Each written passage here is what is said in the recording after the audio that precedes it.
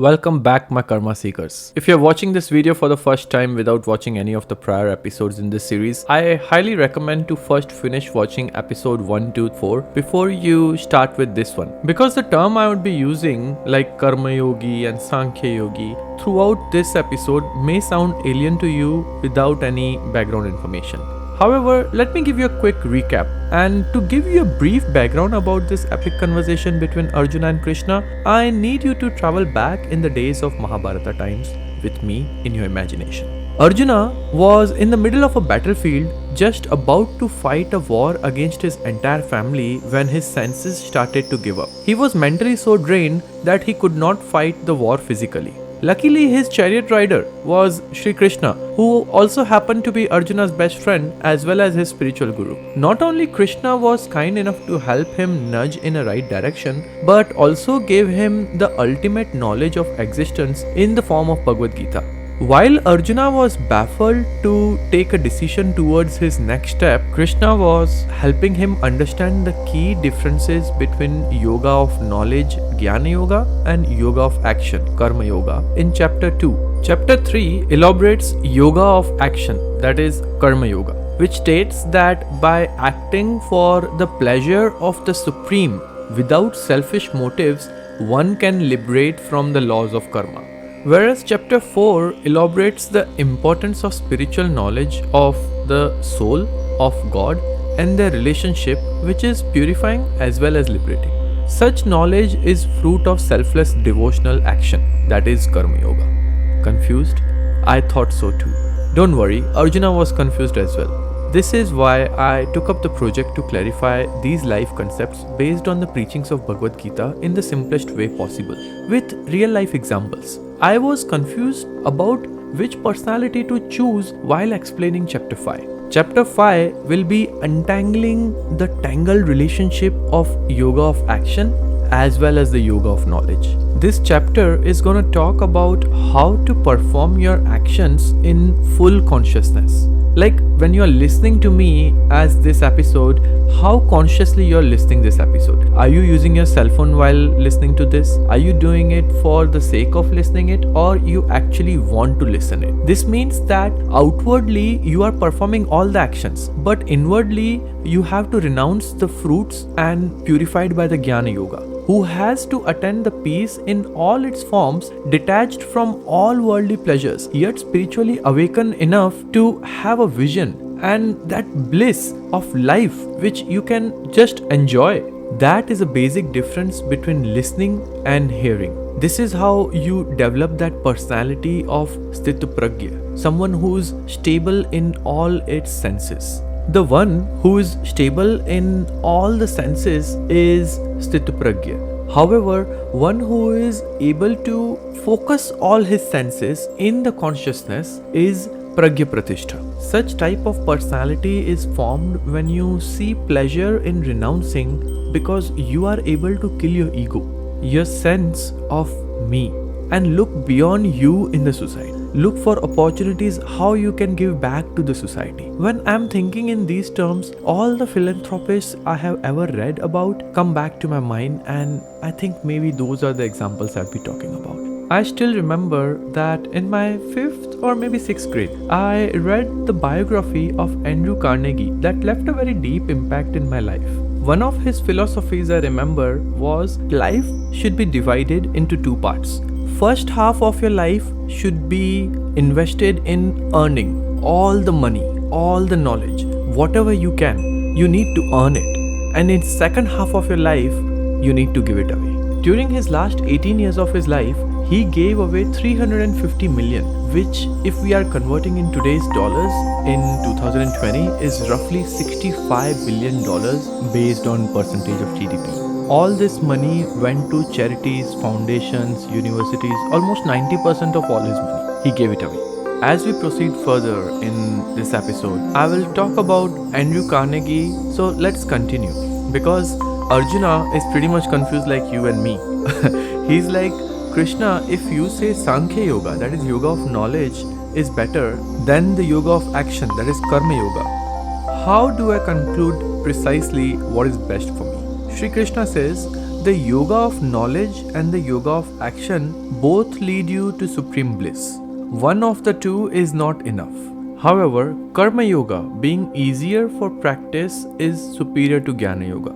To become a Karma Yogi who is renounced of desires, who is free from the pairs of opposites such as happiness and sadness, is freed from such bondage. Only an ignorant can say that Karma Yoga and Sankhya Yoga lead to divergent results, because one who is firmly established in either of the yogas can get the fruits of both. A supreme state of mind that is achieved by Karma Yogi is also achieved by Sankhya Yogi. Therefore, he who sees both Karma Yoga and Sankhya Yoga as one is truly enlightened. Without Karma Yoga, Yoga of action, it's difficult to accomplish Sankhya Yoga. Whereas a Karma Yogi who keeps his mind focused reaches Brahma in no time. A Karma Yogi who has fully conquered his mind and mastered his senses, whose heart is pure and who has identified himself with the supreme of all beings, remains untainted despite of performing all the actions, as he remains detached from the fruits of his actions.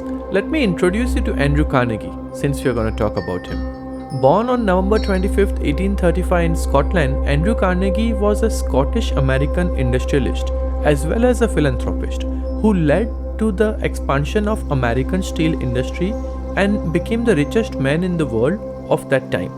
He surpassed John D. Rockefeller as the richest American when he sold Pittsburgh Carnegie Steel Corporation to J.P. Morgan. Despite of all his wealth, he was established within himself in his mission of life as a philanthropist by building libraries and hospitals rather than developing the ego of being the richest person on the planet. Carnegie was also very close to his mother, so close that he did not want to marry during his mother's lifetime. Rather, he chose to take care of her in her illness till the end of her life. After she died in 1886, the 51-year-old Carnegie, he then married Louise Whitfield, who was 21 years younger than him. Coming from a small town of Dunfermline in Scotland, imagine the level of austerity this person has developed when in 1881 he took his 70-year-old mother to that same town to lay the foundation stone of Carnegie Library that he funded.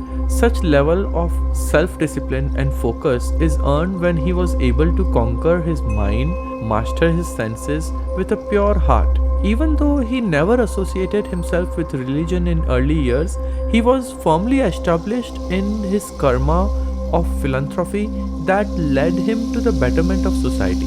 Krishna says, a Sankhya yogi who has the reality of things must believe that even though he is living in this material world by seeing, touching, hearing, smelling, eating, drinking, sleeping, doing anything, or even answering nature's call, he does nothing that connects his senses with the sense object.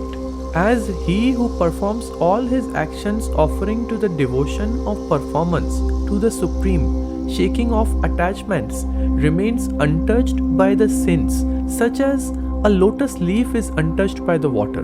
The Karma Yogi who performs actions only with their senses, minds, intellect and body without the feeling of mind, that sense of ego, and shaking off the attachment simply for the sake of self-purification. Offering the fruits of his actions to the Supreme, a Karma Yogi attains everlasting peace, whereas he who works for selfish motives stays attached to the fruits of actions throughout the desires and get them tied into it. A self-controlled Sankhya Yogi does nothing for himself.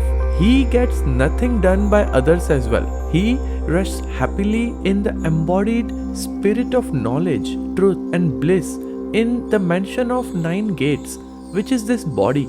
This body has these 9 openings. This embodied spirit does not create activities, doesn't indulge into people to act, nor does he create the fruit of action. All this is enacted by the modes of material nature.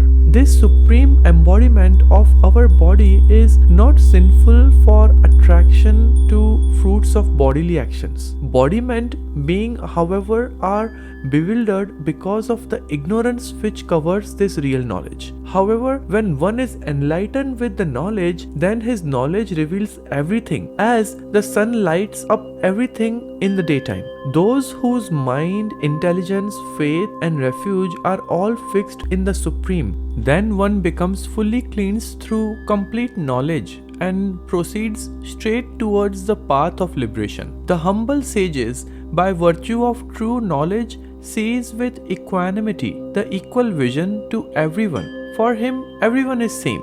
For such high consciousness of performing actions, a knowledgeable person has acknowledged that the mind should be established in unity, since this absolute is untouched by the evil and same for all.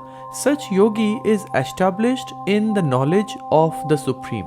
Knower of Brahma, with reasons firm and free from doubts, remains stable in both happiness and distress as he lives eternally in the identity of Brahma.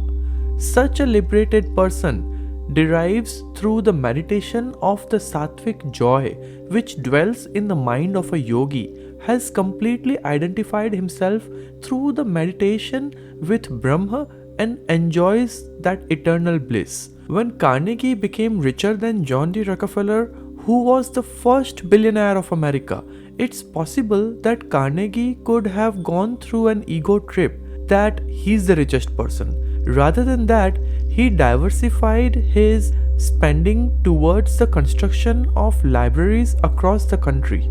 An intelligent person doesn't take part in sources of misery which are due to contact with material senses. Such pleasures have a beginning and an end. So, a wise man does not get indulged in such type of pleasures. Before giving up the material body, if one is able to tolerate the urges of these material senses, check the forces of desire and anger, he is well established even in the material world. Such a happy man is a yogi. He who is happy within himself enjoys within himself the delight of soul. Such a yogi is illuminated by the inner light, identified with the Brahma, attains Brahma, who has all its peace.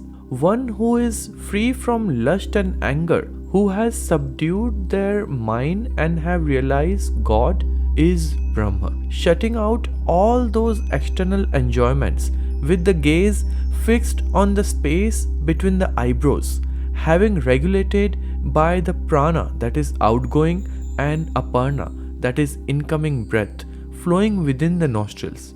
He who has brought his senses, mind, and intellect under a control, such a contemplative soul intent on liberation and is free from desire, fear, anger, and is even liberated. Throughout his life, Carnegie lived consciously. He devoted last 18 years of his life to the large-scale philanthropy he always thought he wanted to do, with special emphasis on library, world peace, education, scientific research. He in fact paved the roads for the liberation of generations to come with his presence of knowledge in his actions. Even though Carnegie was not a religious person, towards the end of his life, his firm opposition towards the religion was softened. He prepared but not delivered an address in which he professed a belief that an infinite and eternal energy from which all things are proceed are his source of inspiration. Krishna says, having known me in reality as an enjoyer of all the sacrifices and austerities, the Supreme Lord of all the world, and the selfless friend of all the beings, my devotees attain peace. With this, we have ended chapter 5, which sheds light on performing your actions in full consciousness with a biographic example of Andrew Carnegie's life. He proved to be the cornerstone of the education institutes of America without himself being formally trained. Hope you are enjoying this series of Bhagavad Gita. If not, please share your views in the comment section as it helps me to improve my content. Looking forward to connect with you in the next episode. In the meanwhile, take care and Hare Krishna.